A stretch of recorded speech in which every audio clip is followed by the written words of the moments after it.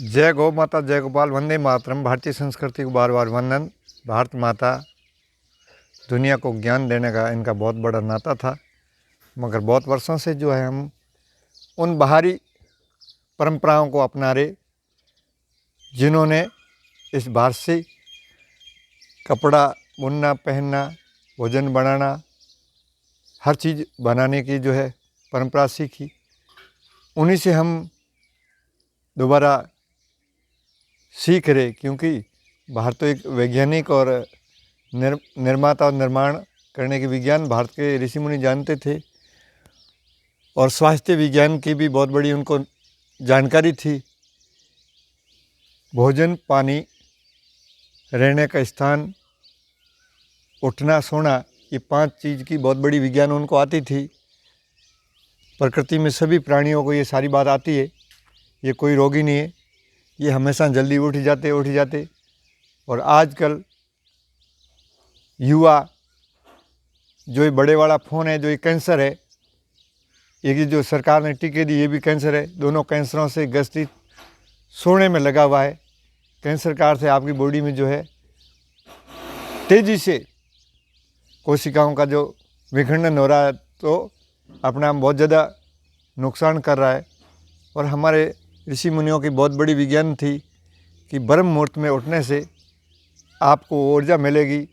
और उठने से पहले ये भी ऋषि मुनियों ने नियम था कि एक गाड़ी लोकल और एक एक्सप्रेस दोनों अगर साथ चलेगी तो एक पीछे रह जाएगी। तो जैसे सवेरे के टाइम में दही या जैसे अपन घी या मक्खन खाएंगे तो पूरे दिन परिश्रम करेंगे तो अगले दिन सुबह तक पच जाएगा। और जो दही को रात को खाएंगे और दूध को सुबह खाएंगे, दूध को तो बहुत जल्दी पचता दूध। तो ये पूरी भोजन की भी बहुत बड़ी विज्ञान है कि सुबह आप मक्खन, दही फुल खाएं, दोपहर को छाछ, दही को पचने में 18 घंटा, छाछ को 12 घंटा, दूध को 6 घंटा। ऐसे जो है भोजन की अपने आप में पूरी विज्ञान है।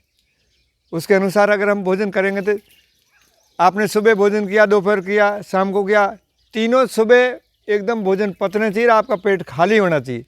जब भोजन पच नहीं रहा, अंदर ही सड़ रहा है, या जो अगर आपने ज़्यादा गर्म भोजन किया, जल रहा है, तो भी जहर बन रहा है। और जो है इसकी विज्ञान जो है हम सबको आनी चाहिए। प्रकृति में सभी प्राणियों को जो आती है, इसलिए इनके किसी की कब्जी नहीं है, किसी की पथरी नहीं है, किसी की शुगर नहीं, बीपी नहीं, कैंसर नहीं। सब बीमारियों का जो है, सब बीमारियों का ठेका इस इंसान ने ले रखा है। ये धरती पे अपना में कैसा ताकतवर प्राणी है। ऋषि मुनियों ने इसको बहुत ताकतवर प्रकृति ने बनाया, और ऋषियों ने इसका बहुत गहरा रिसर्च किया। प्रकृति का एक सरदार है, प्रकृति का एक बड़ा बेटा है, इसकी बहुत बड़ी जिम्मेदारी है। प्रकृति माता के साथ बड़ा गहरा नाता है, और गौ माता का हमारा भी बहुत बड़ा नाता है, क्योंकि गाय जहाँ रहती वहाँ ऋषि मुनि रहते थे, पेड़ पौधे से भी प्राणियों के साथ रहते थे, उसी के नाम से गांव नाम रखा है। मगर आप आज जो है इस भौतिकवाद में और इस अंधी दौड़ में सब गांव को ख़त्म करके वो जहर का स्थान जिला, यानी जहां पूरा जहर है, और उन्होंने जो है अंग्रेज़ों ने आके पूरे विश्व में जहर निर्माण का काम करके दुनिया को जहर देना और जहर की पद्धति अपनाना, ये अपना में बहुत भारतीय संस्कृति की बहुत बड़ी हानि हो रही है।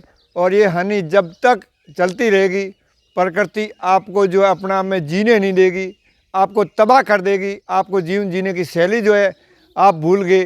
फिर से जो है भारतीय संस्कृति और भारत माता का जो है विज्ञान जो है हम सबको जानना चाहिए, क्योंकि राम राज्य में ये सारा विज्ञान था। महाभारत में जो है, क्योंकि जो 5 जो अभी कहते हैं 5G, ये तो अपना में 5G अपना में बहुत प्रकृति के साथ अन्याय है। पर जो ऋषि मुनि 5G का अर्थ है 5 प्रकार के एन को, 5 प्रकार की एनर्जी को क्रिएट करते थे। उन एनर्जी के साथ जो है ऋषि मुनि जीते थे। उस 5 एनर्जी अगर फुल है तो हमारी बॉडी अपना आप शक्तिशाली रहेगी। अब 5 एनर्जियों को जानते नहीं है। राम जी के समय में महर्षि ऋषि सब उन एनर्जियों को जानते थे। उस 5 एनर्जी के बाद जो करना और चलना और बोलना चाहिए, अब तो जो है 5 एनर्जी को जानते भी नहीं है, करते भी नहीं है, चलते भी नहीं है, सिर्फ बोलते हैं। बोलने से जो अपना में गाय चरेगी नहीं, अगर आप भोजन बनाओगे नहीं शुद्ध, गाय नहीं रखोगे, खेती नहीं करोगे तो अमृत मिलेगा नहीं। इस प्रकृति के बीच में सुबह ब्रह्म मुहूर्त में उठोगे नहीं, वायुमंडल शुद्ध करोगे नहीं तो आपको जो है अमृत कहाँ से मिलेगा। ऋषि मुनियों की कितनी एकदम सोच थी कि पूरा ब्रह्मांड जो है हवा एकदम सुगंधित और शक्तिशाली हवा होनी चाहिए, क्योंकि सभी प्राणियों को शुद्ध हवा मिले, ये हम सबकी जिम्मेदारी है। इसलिए देखो बहुत पहले से ऋषि मुनियों ने, हनुमान जी कृष्ण जी बोला पहाड़ों को बचाओ, पहाड़ों में बहुत जड़ी बूटियाँ रहती, बहुत पेड़ पौधे रहते, वहाँ सब प्राणियों का रहने का एक उद्गम स्थान है। ऐसे ही जो है गाय भी वहाँ रहेगी, गाँव है वहाँ भी पेड़ पौधे, सब पक्षी जीव जंतु इंसान भी रहे। इतनी अच्छी न्याय व्यवस्था थी। हमारे पश्चिमी राजस्थान में तो गौसर और जो है ओरण आरक्षित किया था। उनको पता था कि जो ज़मीन है उसका तीसरा भाग गौसर ओरण के लिए आरक्षित होना चाहिए, क्योंकि वहाँ पेड़ पौधे नहीं होंगे, पक्षी जीव जंतु नहीं रहेंगे तो बरसात कहाँ से होगी। मगर आज जो है उन आरक्षित भूमि को भी, पहाड़ों को भी काट दिया, गौसर ओरण पे भी लोगों ने कब्जा कर लिया और सरकार खुद भी जो है पता नहीं किस किस काम में लगा रही। तो यानी प्रकृति में सभी प्राणियों का क्या हिस्सा नहीं है क्या। और फिर जो इंसान खुद ने अपनी ज़मीन का जो मालिक बन गया, ज़मीन आपकी माँ है और माँ का अर्थ सभी का समान दृष्टि से सभी प्राणियों को उस पर हक है। मगर मालिक बन गया, मालिक तो वो है जिसने सृष्टि बनाई, धरती बनाई, सभी प्राणियों को बनाया, सभी पेड़ पौधों को बनाया। तो ऐसे भारतीय संस्कृति अपना हम कितनी महान थी, कैसी महान जो है दुनिया को हम बताते थे। महाभारत से पहले बताते 5 दान की महान परंपरा थी, विद्या दान, कन्यादान, गोदान, भूदान, दान। आज 5 को बेच दिया और 5 पे मालिकाना हक जता रहा है, 5 माँओं को अपनी घरवाली बना रहा है। तो घरवाली तो एक ही हो सकती है, तो माँ तो जो माँ के 3 रूप है, छोटी बिटिया वो भी माँ का रूप है, और जो बहन है वो भी माँ का रूप है, और माँ भी माँ का रूप है। माँ तो बड़ी महान है, माँ एक परमात्मा खुद का ही रूप है।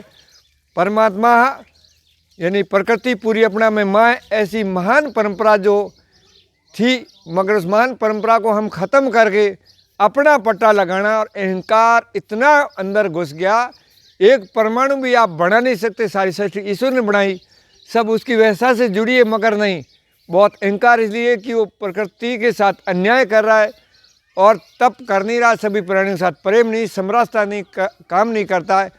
तो कृपया भारतीय संस्कृति को हमें अपनाना चाहिए। हम अपनाएंगे तो दुनिया को भी सिखाएंगे कि भारतीय संस्कृति बहुत जीवन जीने की शैली सिखाती। आज रोग क्यों बढ़ रहा है कि प्रकृति माँ के साथ अपना जुड़ाव नहीं है। प्रकृति राजी, भारत माता राजी तो झालर बाजी, पर झालर कहाँ से बाजेगी, वो तो नाराज़ है, क्योंकि हम धरती को जहर दे रहे, गाय को रख नहीं रहे। गाय को दूध दे रही जब तो रख रहे, जब दूध नहीं दे रही तो उसको घर से ठोकर मार के निकाल देते। बूढ़े माँ बाप की सेवा नहीं करे, नंदी भगवान को देख के राजी नहीं। जब भगवान ने, शिव जी ने नंदी को समझा था कि गाय से भी नंदी जो है 4 गुना ज़्यादा पावर देता है, और 50 के बाद हमें वो पावर चाहिए। जो साधना करने वाले जो साधक है उनको जो है प्रकृति और गाय और पहाड़ जो ऊर्जा मिलती थी, वो ऊर्जा जो है हम ले ही नहीं रहे।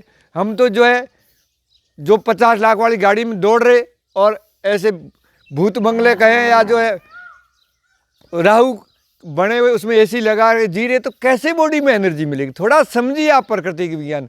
सभी प्राणी देख कैसे आराम से मजे से रहे, इनको कोई प्रॉब्लम नहीं, हमें क्यों है। थोड़ा ऋषियों के विज्ञान, राम जी के टाइम की गहरी विज्ञान समझिए कि 16 संस्कार और 4 आश्रम उन्होंने क्यों बनाए, हमने उनको ख़त्म कर दिया तो क्यों किया।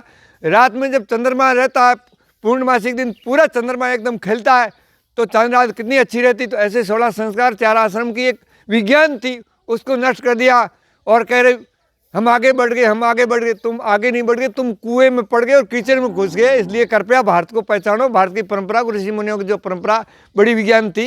4 आश्रम का अर्थ है पहले प्रकृति से जुड़े, उसके बाद जो अगला प्रकृति का नया निर्माण करें, उसके बाद फिर से कई गुना प्रकृति के साथ दिव्य ज्ञान लें और फिर बांटें। जोड़ बाकी गुणा बाकी विज्ञान 4 आश्रम थे, वो सारे के सारे खत्म कर दी। जिस गाड़ी के 4 टायर है, चारों को आप फोड़ दोगे और गाड़ी को चलाओगे, कहाँ से चलेगी। ऐसे ही जो है भारत का ये इंसान, पता नहीं उसके क्या दिमाग काम नहीं कर रहा, क्योंकि पूरी विज्ञान पे चलता नहीं। जय गौ माता, जगपाल, वंदे मातरम। धन्यवाद।